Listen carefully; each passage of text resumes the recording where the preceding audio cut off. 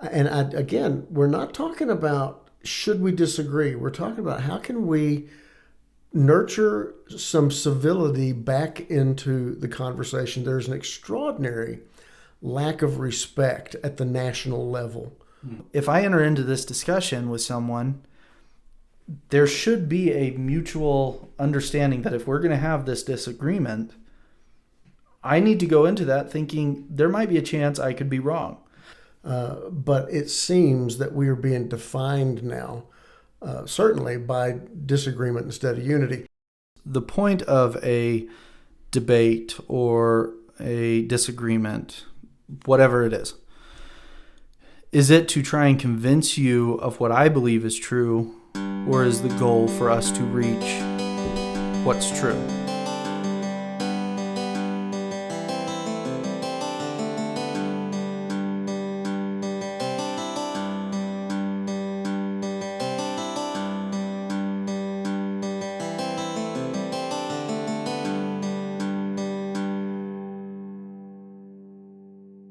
We're entering a time where I think the culture around us promotes disagreement that encourages division. I mean, It's almost admired. it is. It feels to me like there's almost a contest out there to see who can be the most outrageously disagreeable at times. I think that when it comes to having peaceful and productive disagreements, both sides need to go into it prepared to be the side that's wrong. Or at least recognize you can be improved by the view of someone else. Part of the problem with anger in disagreement is we don't engage mentally very well when we're angry. That is true both from experience. In fact, I think anyone who ever watches this, if you just stop and think about it, you don't do as well when you're angry. There may be some situations where anger is a good thing. Self-preservation or self-defense, but in conversation, typically, in relationship, typically, anger is not a good emotional guide. That's even biblical. Yeah.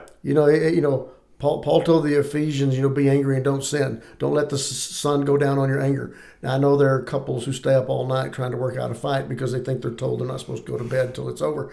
That's not what Paul meant. Paul is simply saying don't stay mad very long. Yeah.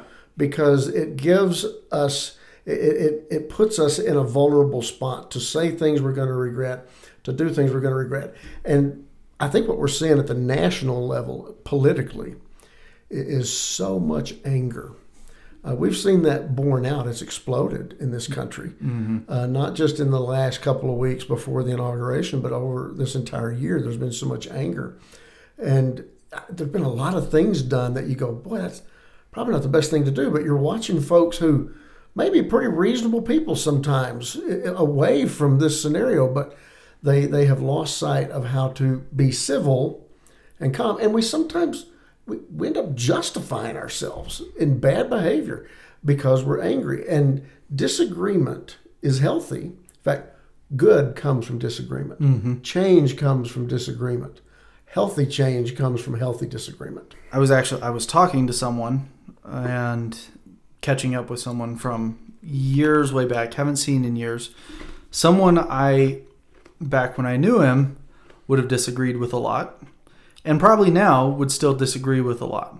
But we were talking about this. I mentioned this subject. He was actually the one that pointed it out.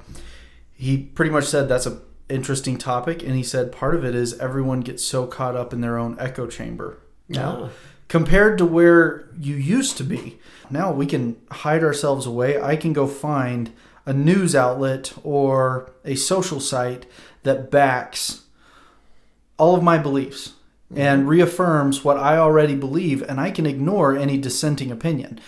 And so then I'm stuck in this echo chamber that just keeps feeding what I already believe, and then as soon as that gets challenged, it triggers a more violent response. And when it comes to people on opposing sides, something you've talked about, something we've talked about, I think an important part is, even if I don't agree with you, I understand where you're coming from.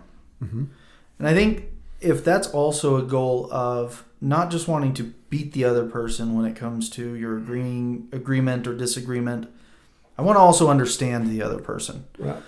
And humanize it a little bit, Mm-hmm. so that you're not so quick just to shut it out. And if you at least get an understanding of why someone gets to where they're at, well, then there's at least more sympathy in the discussion. Are we being a little too hopeful that people can ever do this? I don't know.